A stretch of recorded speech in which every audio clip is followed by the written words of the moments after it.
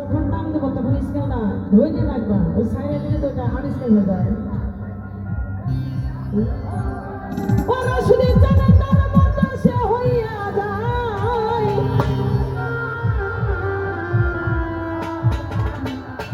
কেন ডুবে দিলি না পাগল মনই ভাবে হরিয়া।